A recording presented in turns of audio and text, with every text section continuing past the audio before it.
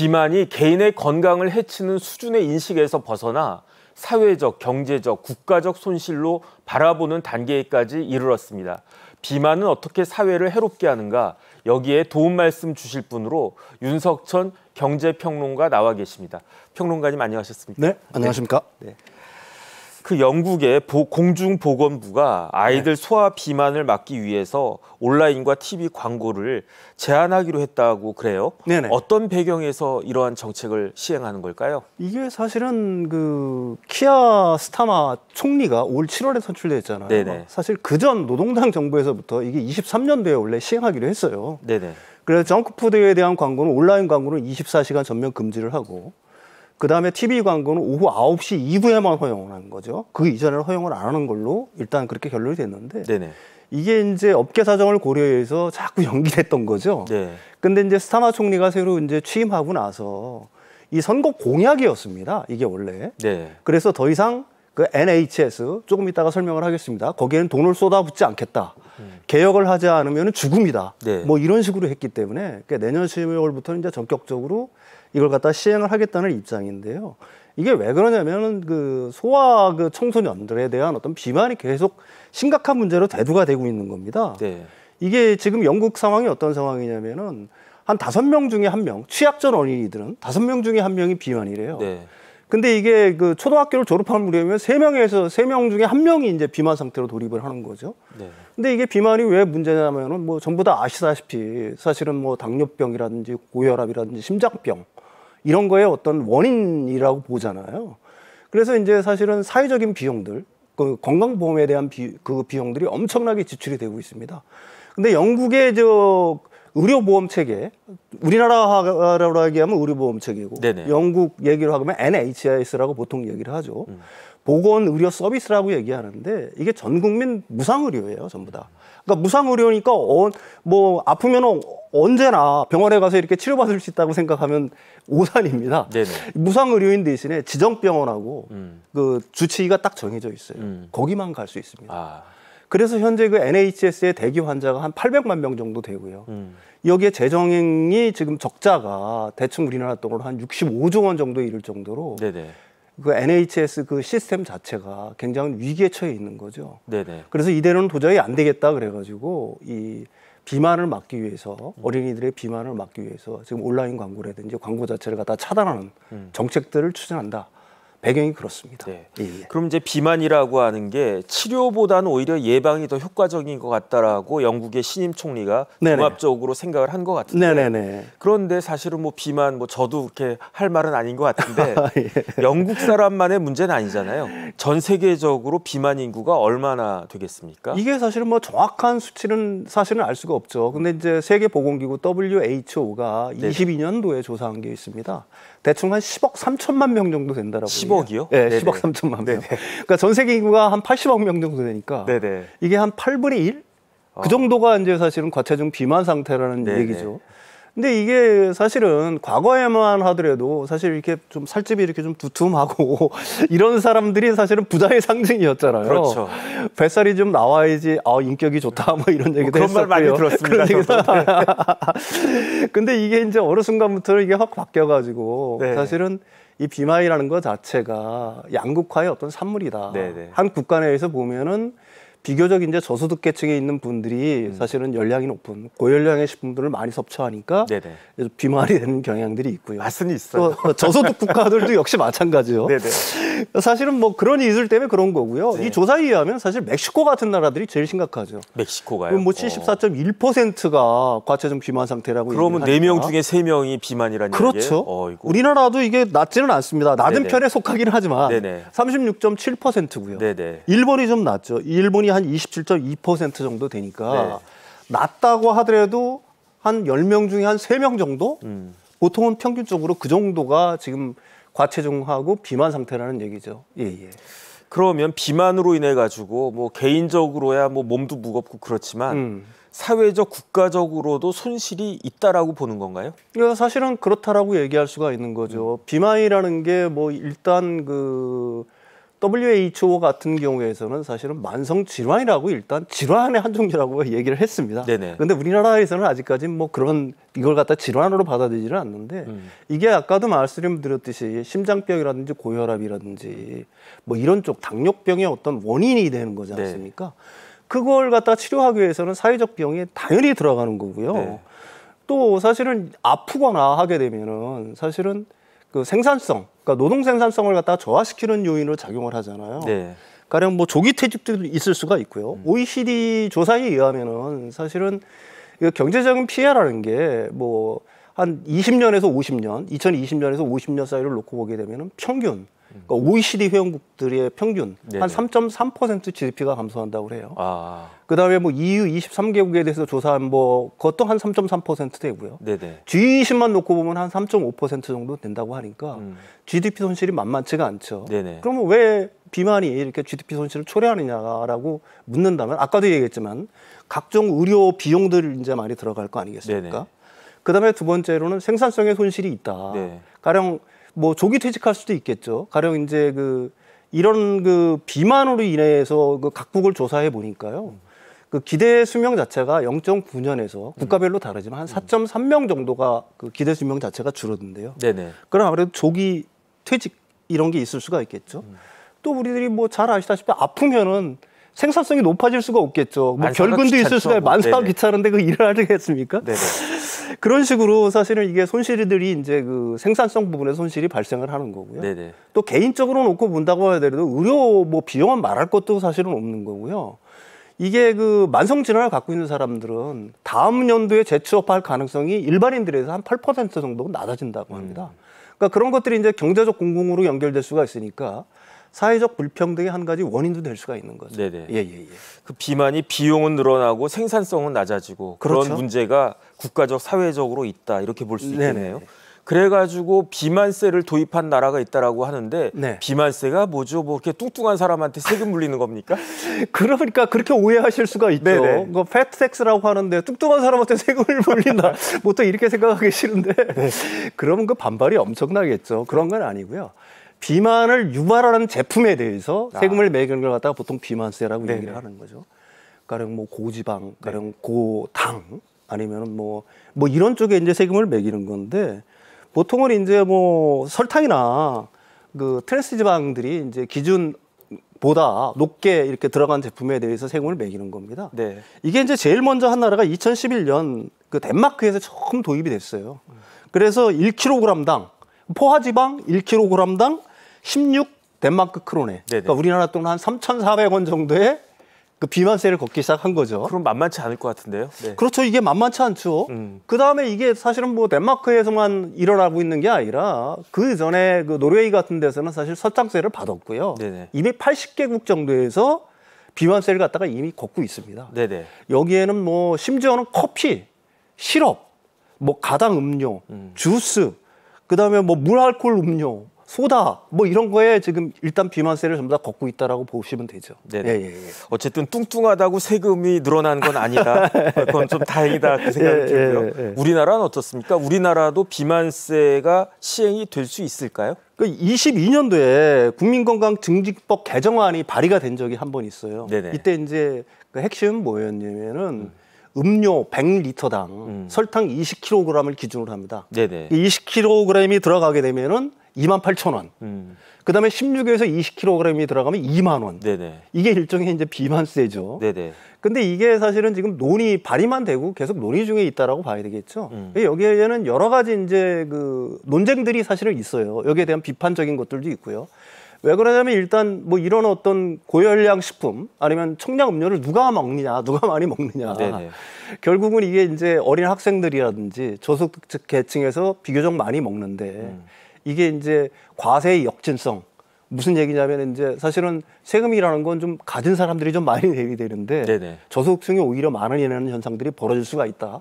이런 우려들이 하나가 있는 거고요.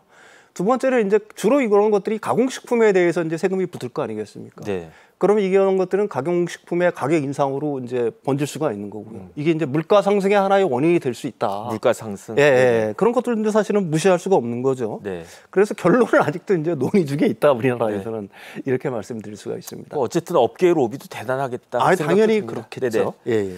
그런데 지금 우리나라는 아니지만 네네. 그 선진국 유럽의 선진국 뭐 덴마크부터 시작해가지고 네네네. 비만세가 시행되는 나라가 있다는 거잖아요. 네, 그러면 그렇죠. 그 비만세를 시행한 나라한테 어떤 효과가 있었다라고 보는 겁니까? 일단은 겉으로 드러나는 거는 어느 정도는 있는 걸로 확인이 되고 있어요. 효과가 네, 있어요? 일단 네네. 콜롬비아 같은 경우가 대표적인데요. 네네. 가당 음료에 대한 어떤 과세를 했어요. 그래서 저소득층 과체중률이 1.5%에서 4.9%, 비만율은 1.1%에서 2.4% 정도 감소했다라고 얘기를 하는 거고요.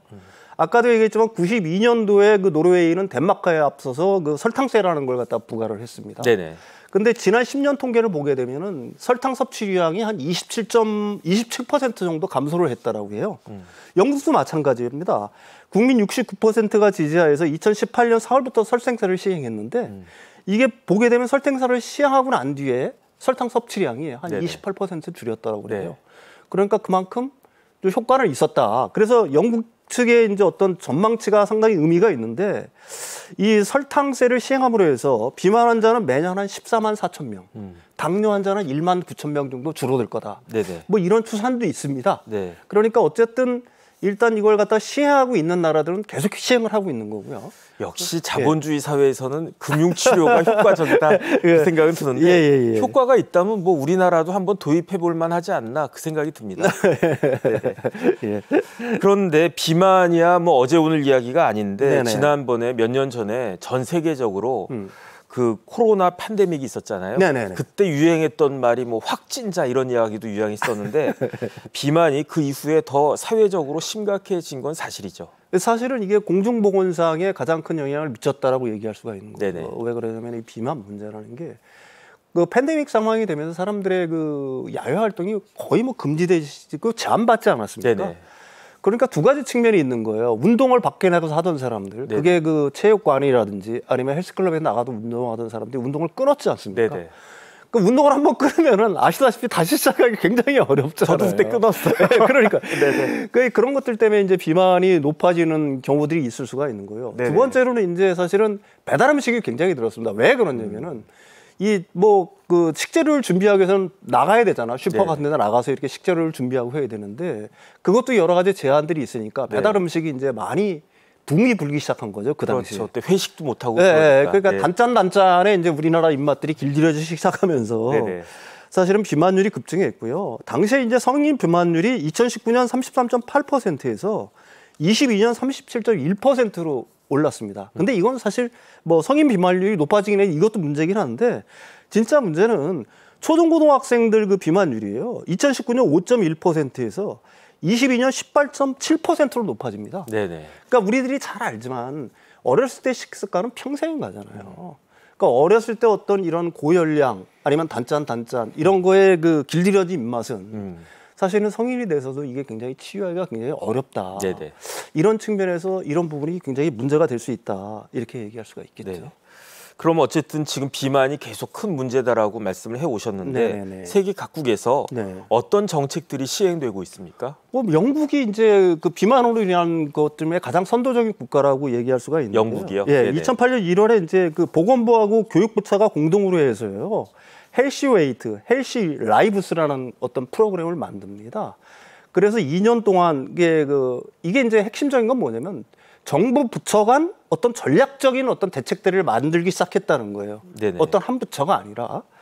그래서 2년마다 소아 비만 관리 계획을 발표하고 그 성인과 아동 뭐 이런 비만에 대한 어떤 대책들을 갖다가 어떤 컨트롤 타워가 있는 입장에서 그런 정책들을 갖다가 시행 옮기고 있다는 거고요. 호주도 비슷하고요. 미국은 질병예방통제센터가 주정부와 함께해서 이런 어떤 전략적 프로그램들을 만들고 있습니다. 네네. 근데 한 가지 눈에 띄는 나라가 있어요. 일본인데 일본은 비만 금지법이 있습니다. 비만을 금지하고요.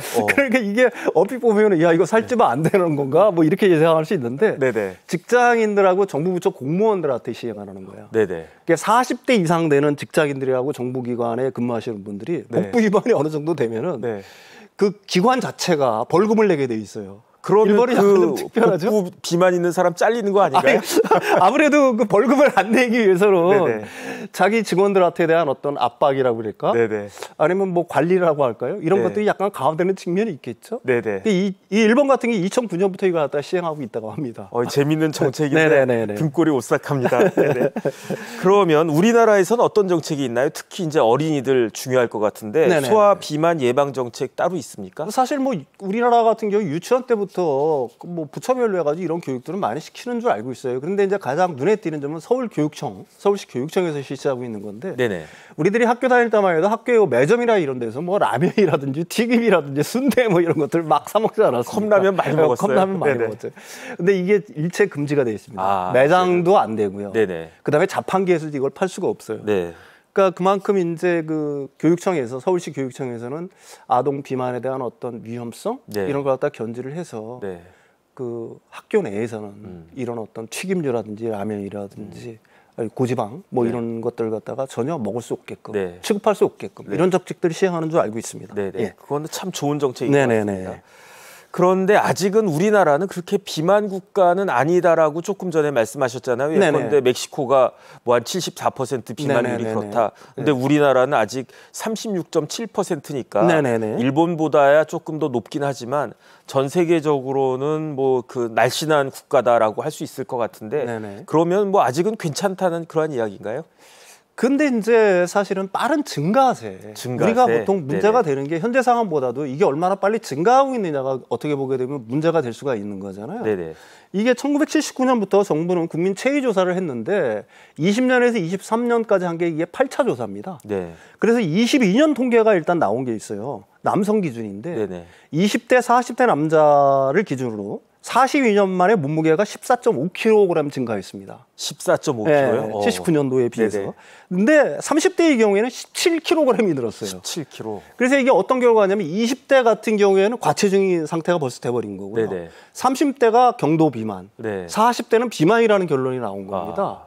그러니까 이게 무시할 수는 사실은 없는 게 우리가 40년 전에는 사실 모두가 표준 체중이었는데 저도 40년 전엔 그랬어요. 그렇죠.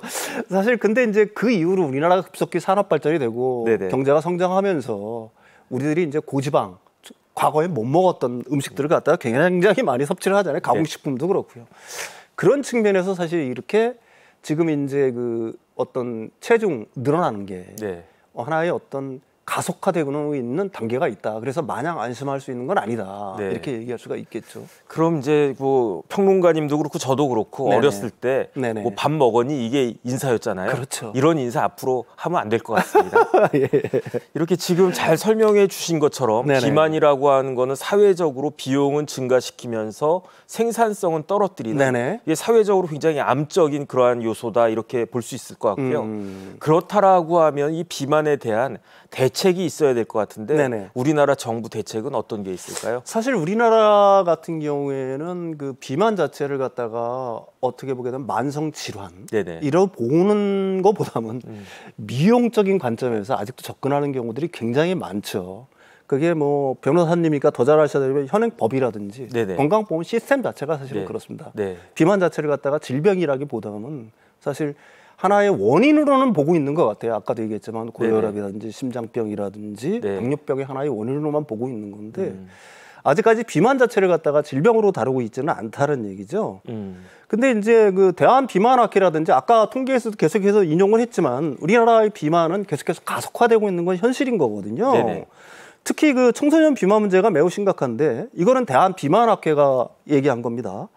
초, 중 등 고등학생의 과체중 포함 비만율은 2017년 22.8%에서 22년 28.1%로 상승했다라고 얘기를 하는 거예요. 네네. 근데 문제는 이제 앞에서 잠깐 얘기했지만 각종 비만 대책들이 우리나라가 나오고 있어요. 부처별로. 네네. 근데 이게 지속적이지는 않고 간헐적, 일시적, 또 분절적이라는 데 문제가 있는 거죠. 그다음에 이제 그 컨트롤 타워가 사실은 없는 거예요. 네네. 우리나라 비만 상태가 과연 이게 대한 비만학회라든지 뭐 정부에서도 아까 얘기했던 국민 체위 조사 같은 걸 실시를 하고 있지만 가령 뭐 보건복지부 같은 데에서 정확하게 실태 조사를 하고 네네. 이 비만이 어떤 식으로 가속화되고 있는지 아니면 비만의 어떤 사회적인 어떤 영향들에 대한 연구 자체들 네네. 뭐 이런 것들이 이제 실태 조사가 일단 돼야 되겠죠. 네네. 그래서 어떤 한 부처가 컨트롤 타워를 맡고 지금 막 여러 부처 간에서 이렇게 쏟아져 나오고 있는 비만 대책들이 사실은 지속적으로 통합해서 운영될 수 있는 어떤 시스템 자체를 만드는 게 사실은 나중에 비만으로 인한 더 큰 문제가 발생하기 전에 예방적 차원에서 필요한 단계가 아닌가. 네. 뭐 그렇게 전문가들이 얘기를 하고 있습니다. 그래서 예. 저도 우리나라 네네. 법률 중에서 비만을 다루고 있는 법이 있나 찾아봤더니 네네. 이제 검색을 쭉 해봤더니 네네. 심뇌혈관 질환의 예방 및 관리에 관한 법률이 있더라고요. 네네네. 거기에만 뭐 비만에 관해서 네네. 간단하게 언급하고 네. 뭐 더 특별한 법은 없는 것 같은데 네. 그런데 지금 평론가님 말씀하신 것처럼 아주 사회적으로 고비용의 생산성 저하시키는 이런 비만에 대해서 종합적으로 컨트롤하는 그런 어떤 법이라도 하나 만들어지는 것이 필요한 것이 아닌가 그런 생각이 들고요. 예, 일단 마지막으로 한 가지만 더 네네네. 여쭤보겠습니다. 지금 계속 말씀하신 게 비만은 질병이다. 네. 뚱뚱한 병 걸린 거다. 이런 식으로 이야기는 하지만 네. 그게 이렇게 저희 같은 사람한테 확 다가오진 않는단 말이에요. 네네네. 그러면 네. 비만으로 인해서 발생되는 질병이 구체적으로 어떤 게 있을까요? 일단 고혈압이 있죠. 고혈압. 그러니까 네네. 의사분들이 얘기하시는 것들에 고혈압이 있고요. 네네. 그래서 당뇨병이 있고. 네네. 그다음에 심혈관 질환. 심혈관. 그렇게 해서 아까도 얘기했던 그 심뇌혈관 질환 및 예방 및 관련한 법률에 이게 네네. 포함이 돼 있는 거는 네네. 바로 그런 이유라고 얘기할 수가 있는 거죠. 네네. 그래서 뭐 그거 비만이 아까도 얘기했지만 이런 어떤 그 당뇨병이라든지 심혈관 질환이라든지 아니면은 고혈압이라든지 이런 거에 어떤 하나의 원인이라고 하는 거는 일단 의료계에 종사하시는 분들 중에는 뭐 이견이 사실은 없는 것 같아요. 네네. 그래서 사실은 뭐 우리나라 이제 위고비라는 약이 들어오고 있지 않습니까? 그 뭐 주사 몇 방 맞으면은 효과 있을까요? 네. 아니 효과는 분명히 있다라고 얘기해요. 네네. 뭐 저 테슬라 CEO도 맞아가지고 효과가 있다고 하는데 그것도 네네. 근데 끊으면은 사실은 다시 찌는 경향들이 있다라고 얘기를 합니다. 뭐든지 부작용이 있으니까 네. 스스로 노력하는 게 이게 최고가 아닐까. 그 그래서 생각이 사실은 듭니다. 어렸을 때부터 이런 네네. 어떤 식습관에 대한 어떤 교육들 네. 이런 것들은 반드시 체계적으로 이루어질 필요가 있다라고 봅니다. 네, 예. 알겠습니다. 네네. 지금까지 도움 말씀에 윤석천 경제평론가였습니다. 네, 평론가님 오늘도 감사합니다. 네.